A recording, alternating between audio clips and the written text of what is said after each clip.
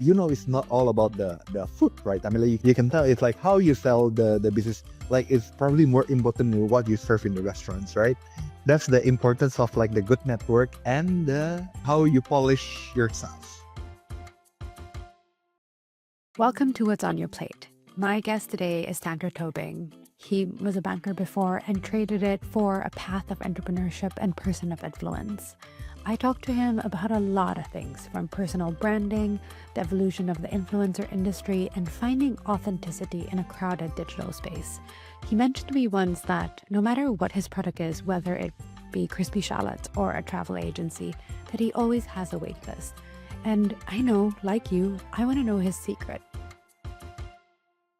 Hi, everyone. I actually have a guest here that I met in Hong Kong, and it's so rare. I think you're very refreshing because you really have no filter and you just say it as is.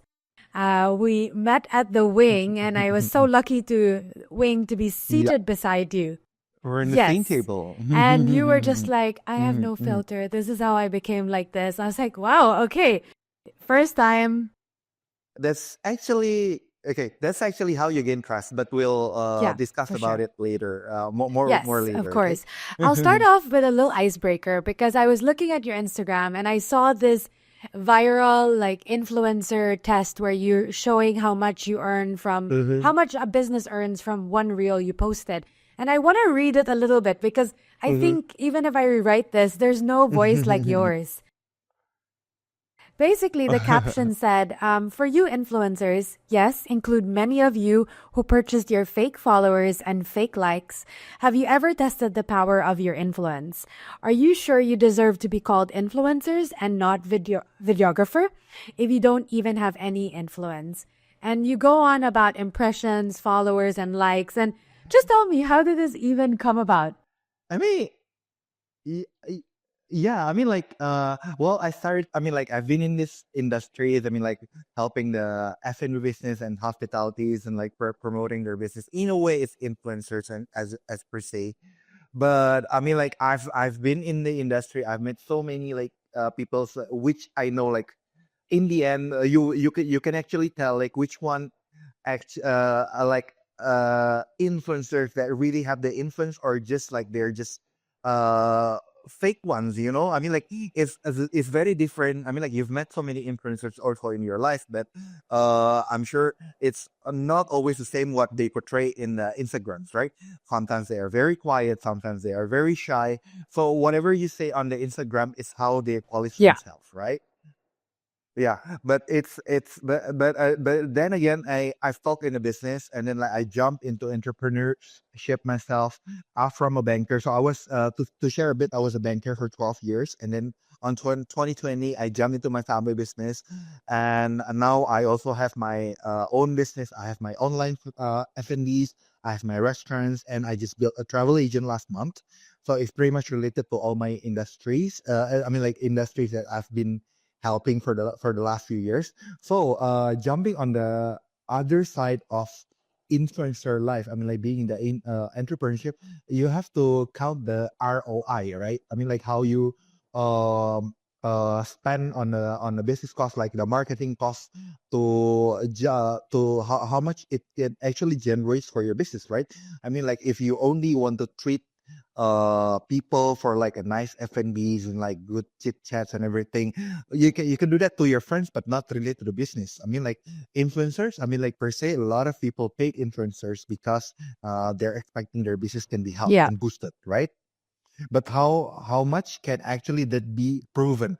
And sometimes, if you talk to, I'm sure you talk to like quite a few marketing agencies as well, they always mention and highlight about the awareness. I mean, like, the impressions. I mean, like, but that's a very like vague numbers, right? I mean, like, not really actual numbers that you can actually sustain your business, right?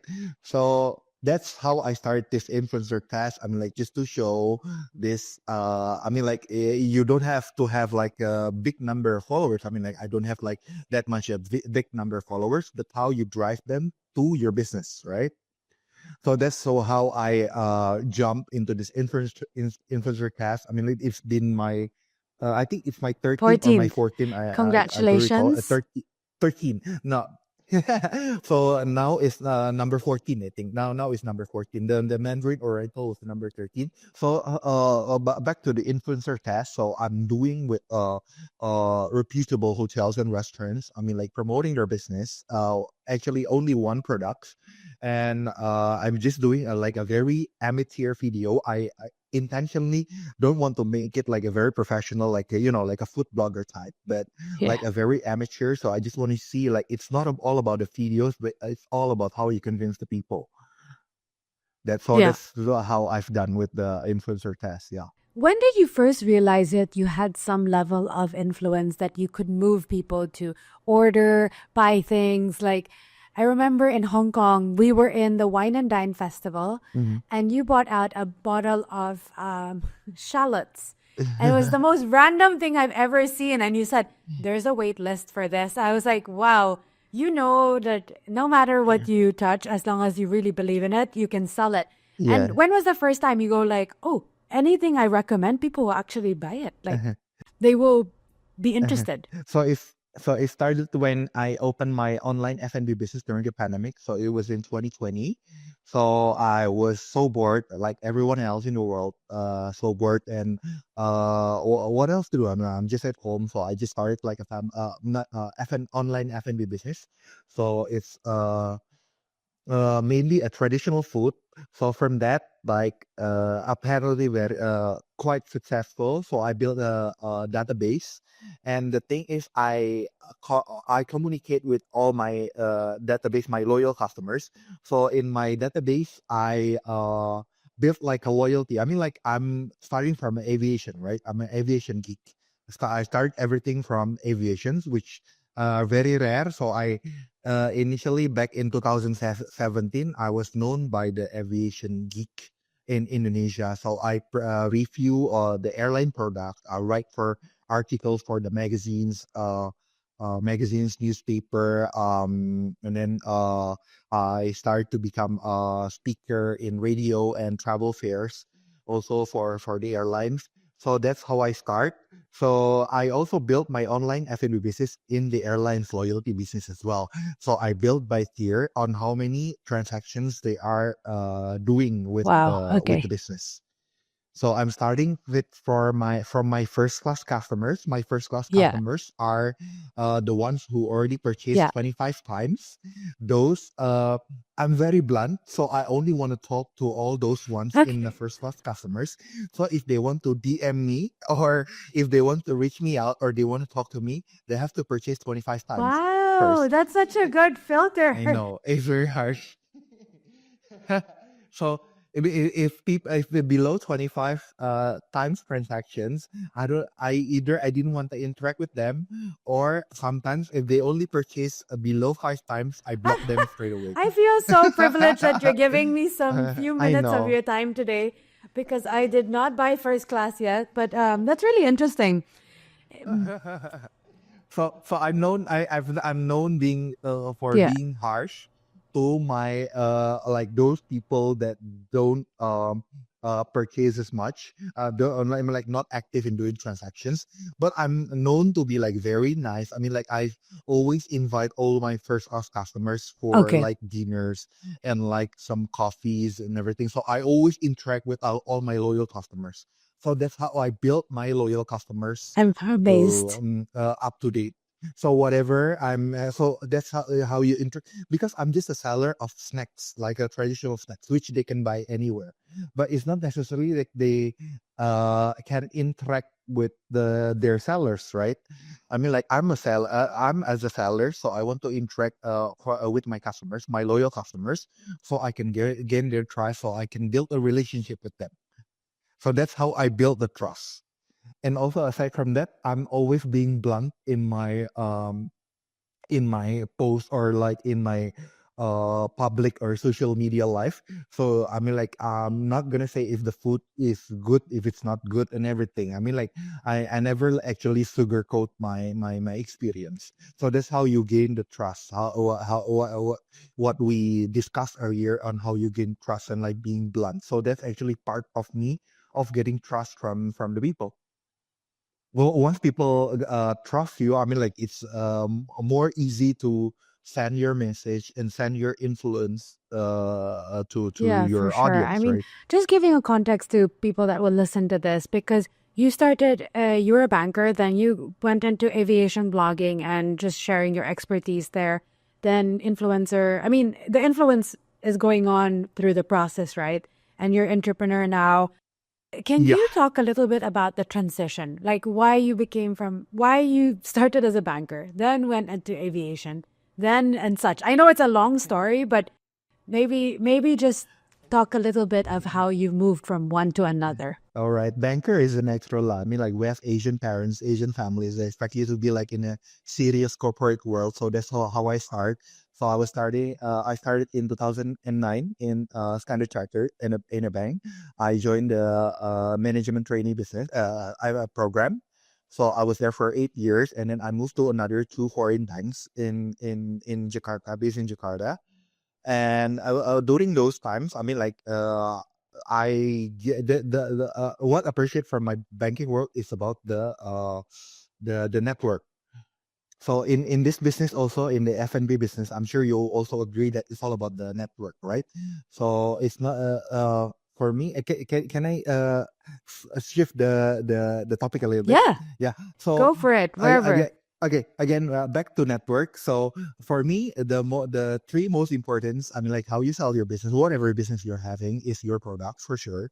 You have to have a good product, and two is like how you sell your items, your products, and the three is the networks, because those three, I think, having acquiring those three, you will definitely master, and like whatever products and whatever industry you're in, whatever product you sell, you're definitely can kill it. I mean, like with those three.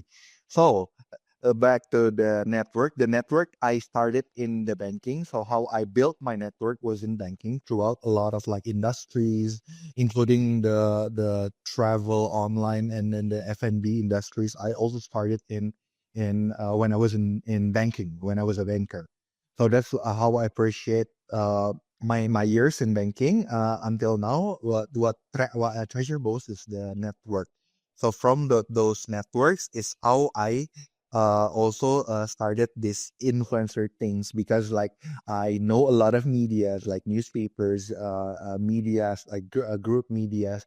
So and when I when I meet them, we not only discuss, of course, the serious topics, but also beyond that, it's more on the personal level. I always build like a relationship with whatever clients. I mean, like whether I know that we're not gonna have business with this person, but well, we just take it like, okay, I'm adding another friends to my network. I mean, like I'm not gonna be in the bank forever, so which in fact it was right. I mean, like, but the friendship is still there, or whatever for the future I need this person is for my network. Who knows, right?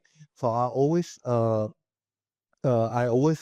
in doing that for all the people that I met during in banking. So including the media people. So the media people actually help or those ones who help my influencer like featuring me in the newspaper, and all kind of videos that help me to where I'm having right now. So that's how so I'm doing this like when I was also in banker. So when I was in banking world, sometimes doing the product review for airlines, speaker for speaker for airlines and everything. But for the FNB, it was back in 2019. So I was with Jet, you know Jet as well, Jet Double, and so I was one of the judge for the Jakarta Best Restaurants Awards, which Jet organized that time in 2009. And that was the so we that's how my first venture into F&B was like being exposed to like all the chef restaurants in Jakarta and Bali. So that's how I started my name in the F&B world. And also So after crazy. so after that, in 2020, I quit after the 2019. So I get a lot of like restaurants. I get a lot of like like every business. I'm like getting to know me, getting to invite me to all the restaurants, the business, and trying to help them and everything. So that's the crossing with the aviation and the aviation travel and the F&B world. And then I became even more known after, like, the Asia 50 best craziness, like, right? I mean, like, it's a big thing. Like for August to be the first one to be on like, and then suddenly everybody want to be in the 50 best, right? And the Yes. invitee from Indonesia, only me, Kevindra, and Jet, aside from August. Okay. So it's like Yes, guys. very, very August is close. a restaurant in Jakarta, and actually, Mm. they're my second guest, Hans Christian and Budi. So yeah, it's just a little. It's really interesting to hear about that in, our neighbor, and just kind of hear the experiences that you have also had, because I think in the Philippines it's also similar. Yeah, but Similar, yeah, in Philippines you have more restaurants on the list, so it's the exposure is like yeah, shared evenly with the restaurants. I mean, yeah, like for more. Indonesia, only August was the only one until like last year. So I mean, like the spotlight is definitely there. I mean, like after the pandemic, a lot of like F&B is like becoming a boom in Jakarta and like in Indonesia, but in Jakarta especially. So a lot of people, a lot of like like those kids educated overseas, going back to Indonesia, one of their first business ventures, if they coming like from like a good families, they have the capital to build it, is actually F&B. So a lot of like restaurants, fine dinings, bistros, and all kinds of cake shops in Jakarta right now in the last 2 or 3 years after the pandemic. So the booming came at the good time, also with the Asia 50 best craze. So that's like so after I came back from my first Asia 50 best was actually last year in Singapore. Were you there, by the way, last year? No, you know what? I'm Hmm. very new to this space. I mean, obviously Oh, we've okay. been in Hmm. the F&B space, and this is probably the Hong Kong trip was probably my first to get Okay. exposed to everyone, Okay. Yeah. the Yeah. different dynamics in the industry. And then they were Yeah. like, "Are you going to this 50 best? Are you going to here?" I was like, "It's like a road show." I'm like, "Oh, there's so much going." I almost feel Yeah. like you're following It's like following Taylor Swift to the different concerts. Like exactly, it's just but going around. But Yeah. those people are the creme de la creme. I mean, like the very elite circle that all the F&B people in Asia, the chef and all chef and business owners want to be in that circle. But you see, like it's Okay. very exclusive, right? Yeah. So Yeah. it's a lot of after the 50 best, like a lot of people like who are trying to get to know like who are the chairperson and who are these people inside the 50 best circle, right? And the Michelin star. I mean, like in Michelin star, I'm sure we're in the same positions, right? I'm like, you're waiting for the first one to come. Ours also the first one. So the Michelin star craze, 50 best craze is like everywhere right now. But I'm but but curious again, about this. Yeah. continuing a bit on the 50 West Michelin star, Okay. Yeah, go for it's it. not it's not all about the food, right? I mean, like you can tell it's like how you sell the business. Like it's probably more important than what you serve in the restaurants, right? So that's the importance of like the good network and the how you Okay. polish yourself Yes. I and actually convince want to ask people. this as a lot of really good nuggets, but I'm curious. You said, getting in, everyone wants to get in the 50 best. If you're starting out as a chef or a food entrepreneur, or you just love this space, how do you actually get in? Like, do you have any tips on how up and coming students or anyone in the industry that wants to be part of it, how do you even break in? It feels Uh, like Hollywood. the first thing is definitely to be in the circle. I mean, like Philippines, so you have quite a few restaurants on the list, so you just have to befriend get to know like the people behind them, of course, because they're the one who can connect you with the circle, right? The people, and also like who are the circle in the Philippines. I mean, like who are the foodies, who are the media people that are in their circle. You can start from there as well. So get to know them. I mean, like get to know like how to. approach them. I mean, like those people, the media people, and those people like close in the circle of those restaurants are on the list. That's probably the easiest way to get in. Okay, that's Yeah. interesting. Mm-hmm. It's actually, I don't know if you've come across this chef in Australia. His name is Ben Shuri, and he Mm. has a restaurant called Attica. And he actually just wrote a book. It escaped me. I just bought it on Amazon, and I think it's uses for obsession or something like that. But I'll put it on the subtitles. But the Mm. book is talking about the Good Food Awards, the awards. Like it's a memoir, but there, basically, he was saying like I don't want to attend the Good Food Awards, which is a big award show in In Australia, Australia. Mm.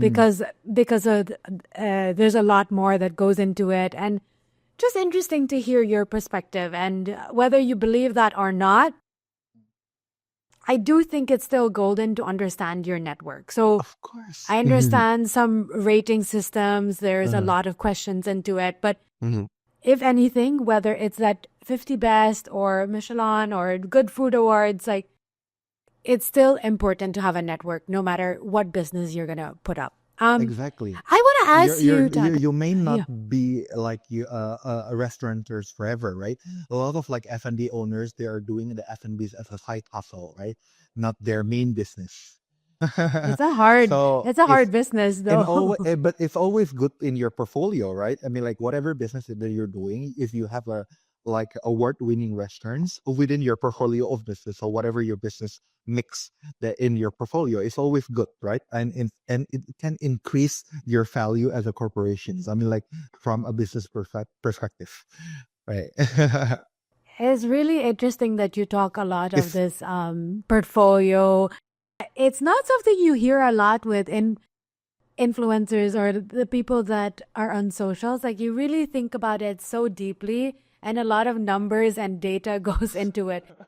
How do you manage your database? I'm curious on how you store it, uh how do you collect it? Yeah. when I was in banking before, I was in one of the role that I had like for 2 or 3 years was in loyalty. So it's fairly easy to me for me to set the like loyalty schemes like within my own business definitely. So it's I just follow like whatever I'm doing in the banks. When I was in bank like many years ago, so that's how I integrate that in my business right now, like giving rewards to customers and like yeah, something like that. You know, for someone who's not a banker or like for other people that are starting this out, but they're like a light bulb moment, how do you recommend they do it now? Like, do they start an Excel, a Google form? What's the best way? For the loyalty. Yeah, It's yeah, for the loyalty is loyalty very system. simple. I mean, like as I say, I follow like either banks or airline system. So the more you are transactions or contribute you to you more in terms of value of transactions, you just like give them like a build a tiering, like exactly like in airlines. I mean, like in like Singapore Airlines, if you're familiar, they got the gold, silver, gold. They got the PPS. So it's pretty much like that. So and you give like a different rewards or incentive for every tiering. It's very simple actually. So it's how you set how you set the system is how you have a system that actually can count their either their amount of transactions or the value of transactions. That's it. As long as you have that, you definitely can going to the next stage is like how to incentivize how incentivize your loyal customers. Yeah. Just like that, Do quite you simple. use a certain system or do you just use Excel? What do you actually Just use to Excel, manage this? simple. Just Oh, Excel. okay. Yeah, yeah, Okay. yeah. Simple, simple, simple. Yeah. I love that. It's so funny Mm-hmm. because people will be like, I want to start this, but I want an app or a system. It's like, no, you can Uh-huh. actually start with a free Google form Uh-huh. and Excel and just monitor it No, that no, no, way. no, no, no. Because like in my space, I also need have like the personal touch to my customers. That's my added value. So you when you book the food like online certain thing, it's not going through the systems, but it's through a person. So you can build a relationship and you can customize or whatever they need. So it's not very high tech, but it's a long term relationship. For sure. Because everything now is all about the high techs, like online. You digitalize everything, right? Yeah. But it's not always that. But that one, you're losing the essence of the human touch or the relationships, right? Mm. My mind is just blown because I think this is something I'm just thinking about the school and any food business that they someone actually my dad he always tells me database like Yeah. he's been telling us all the time about it and it's really funny when you hear it from another messenger then it feels like you'll listen more because if it's in the family sometimes hard to listen if it's your own family members. Uh-huh. I want to talk a little bit about some red flags in the influencer industry Oh, because okay, a some lot. yes. Do Mhm. you have any red flags? Because I know with restaurateurs, they get a lot of freebies requests. I've seen one where someone was invited to go to the restaurant and then they brought like 10 or 15 people Oh, yeah, that's very with common. them.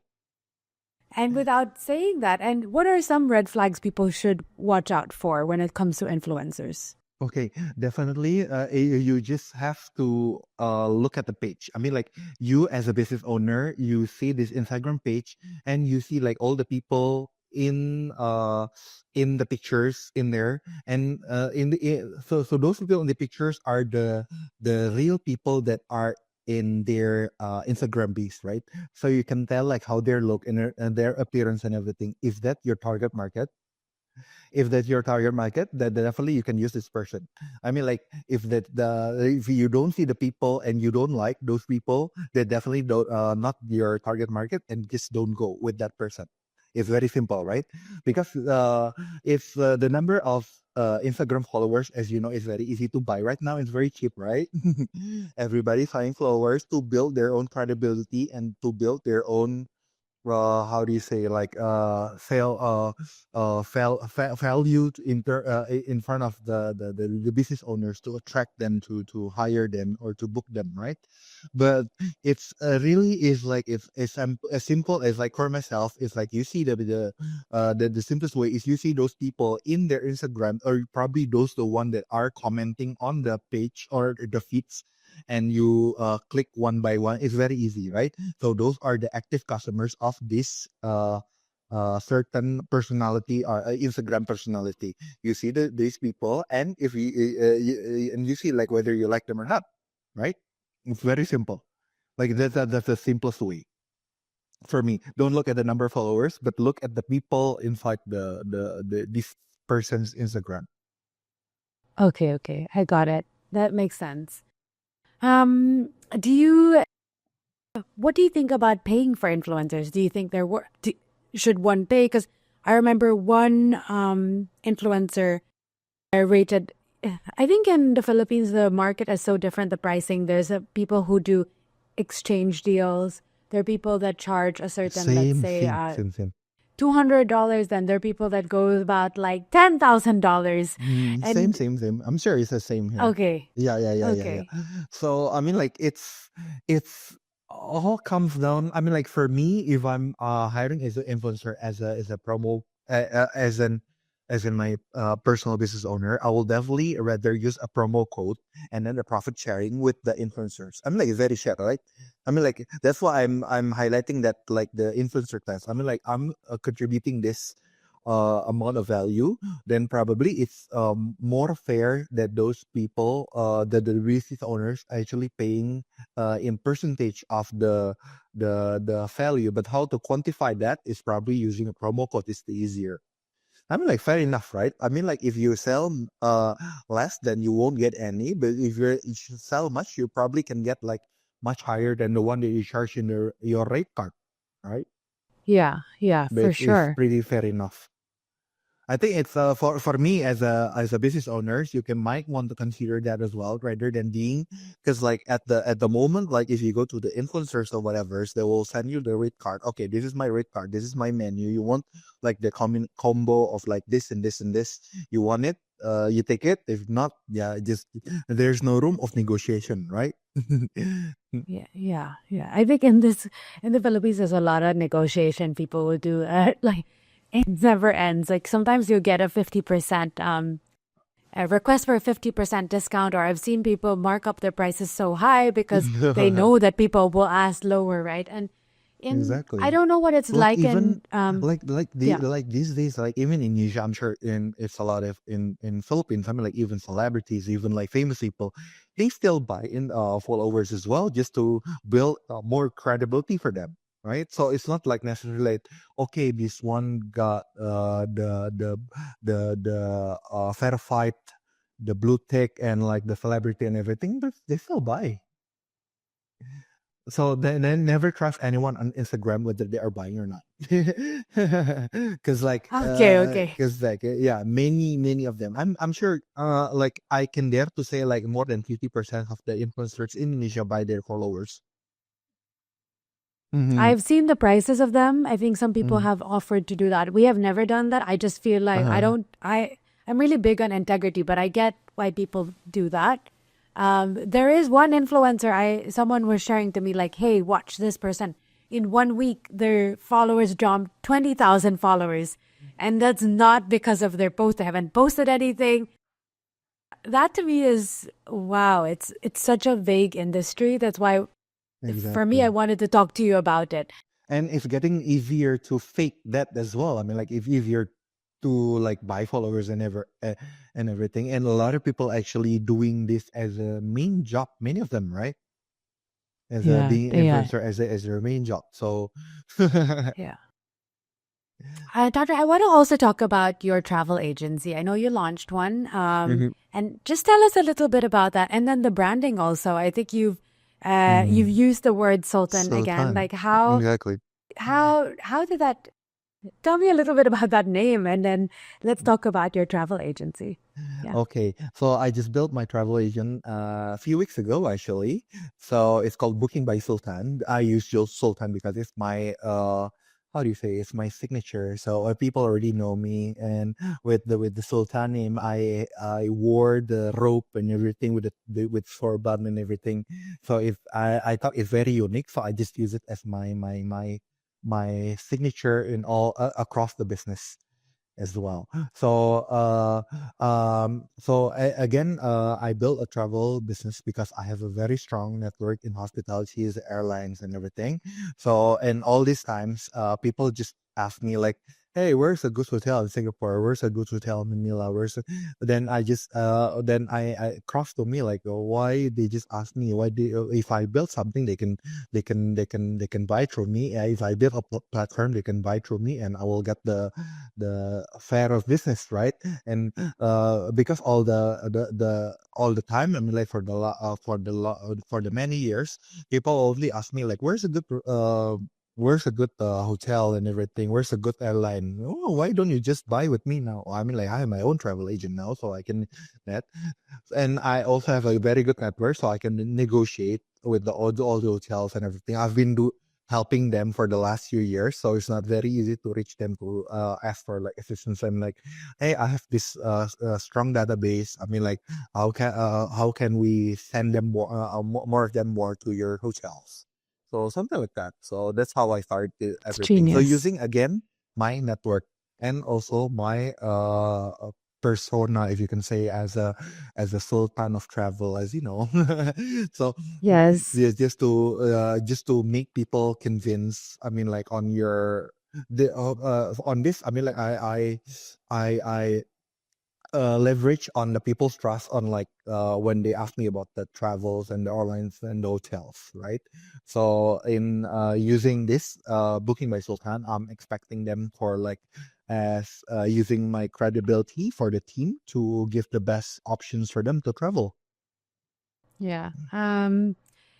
I also want to ask you about this TV show that you had, which Oh is yeah, that interesting was because during the you, pandemic. Because yes, my because you name. have a, yeah, So go okay, ahead. so how I started with Sultan was the TV show was called Sultan Travel.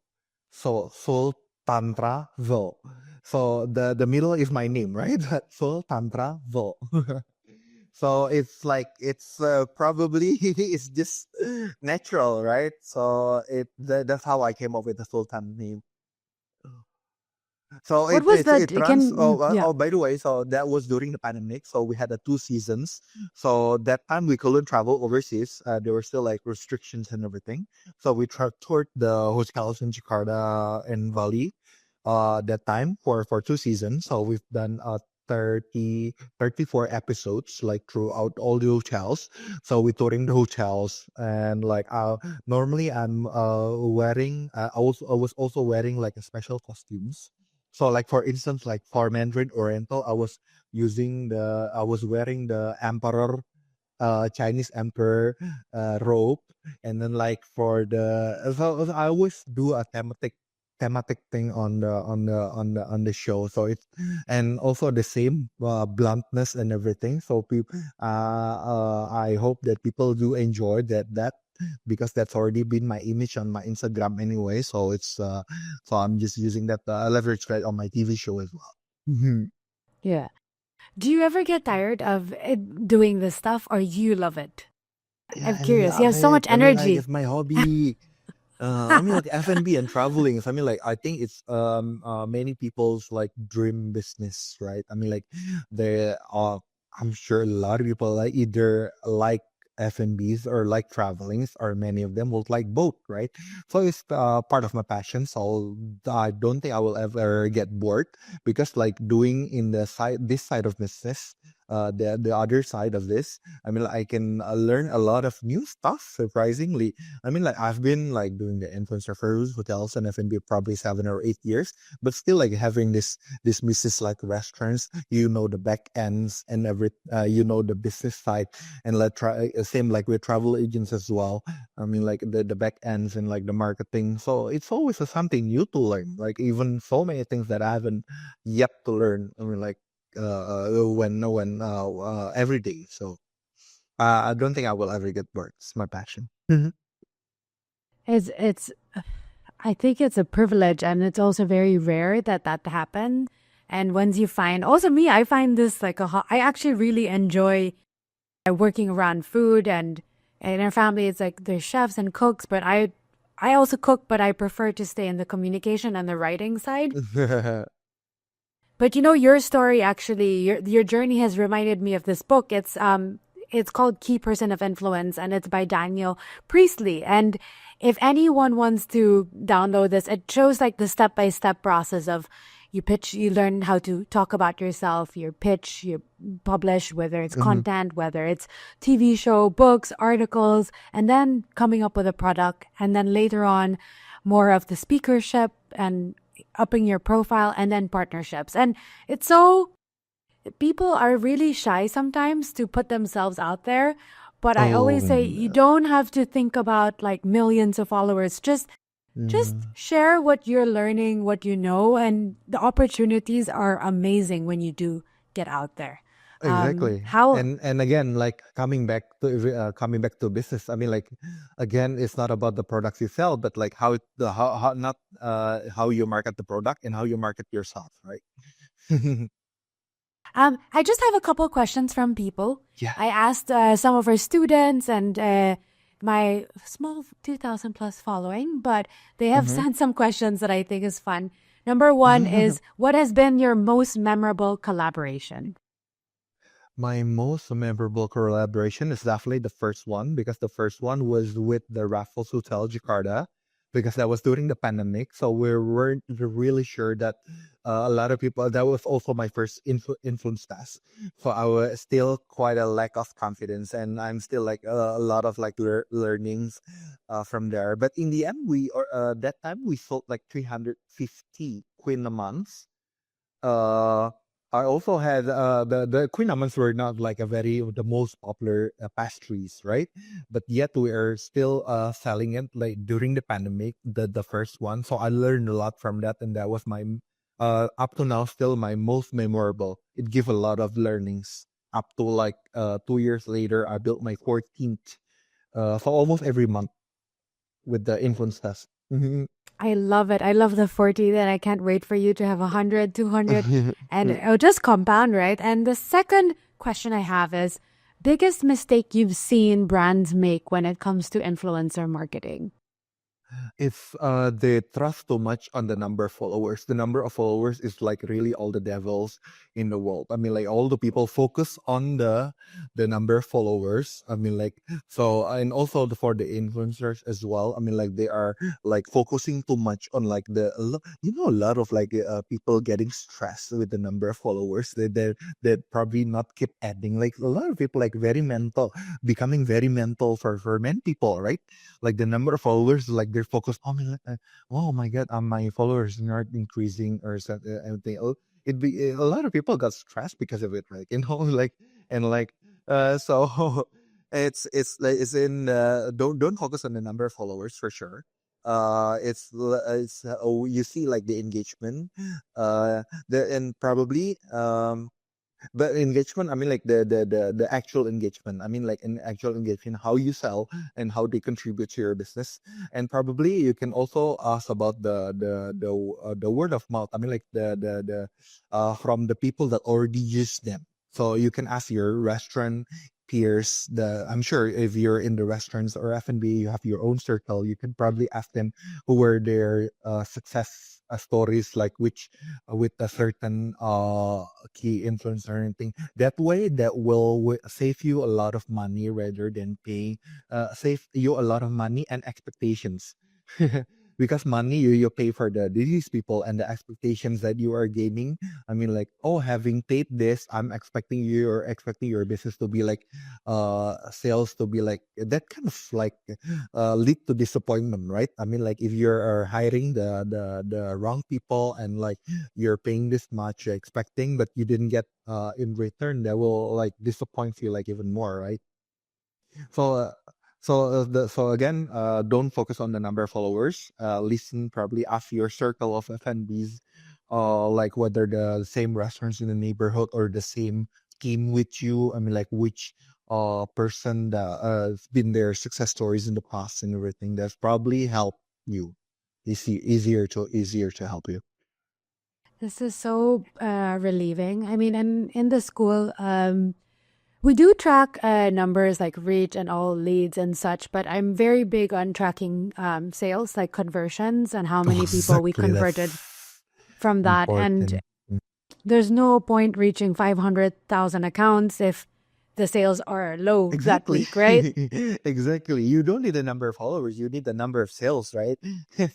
Yeah, yeah. I'm very particular. Every week we have a scoreboard. I'm like, guys, fill out the scoreboard. I need to know what's going on.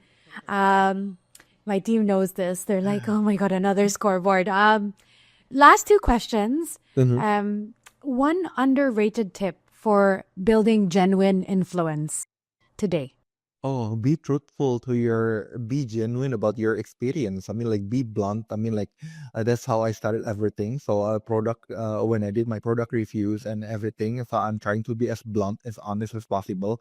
I don't sugarcoat things. That's how you get the trust. If you because like sometimes people catch the inconsistency if they see inconsistencies in your content or in your stories or in your Instagram. They will some of them might know it. I mean, like if you say like for instance, like at one point you say you don't like carrots, for instance, and then in the future you say it like it's my personal thing, by the way. I don't like carrots, by the way.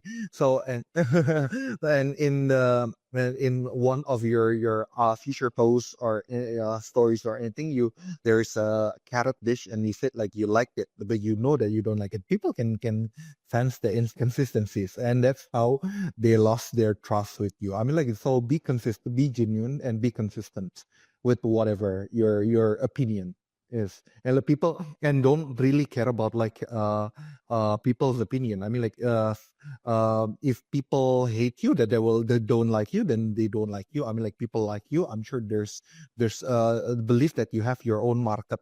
I mean, like those people out there that will like you or whatever your opinion. So don't be afraid. I mean, like you have the market that if you have the market that people like you, and you can have it, and be just be consistent.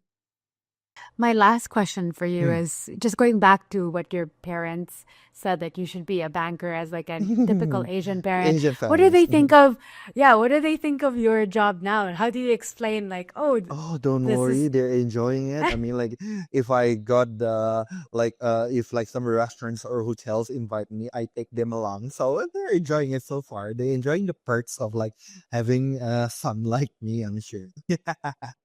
I And love also that. it's also they happy because like it's I gained this like with my own like my own self. I mean, like before, probably when I was in corporate, I have like a big corporate behind me, so people like probably need me because of me. But now I'm standing on my own, so I'm like, if people reach me out, it's because like they need me as a person, right?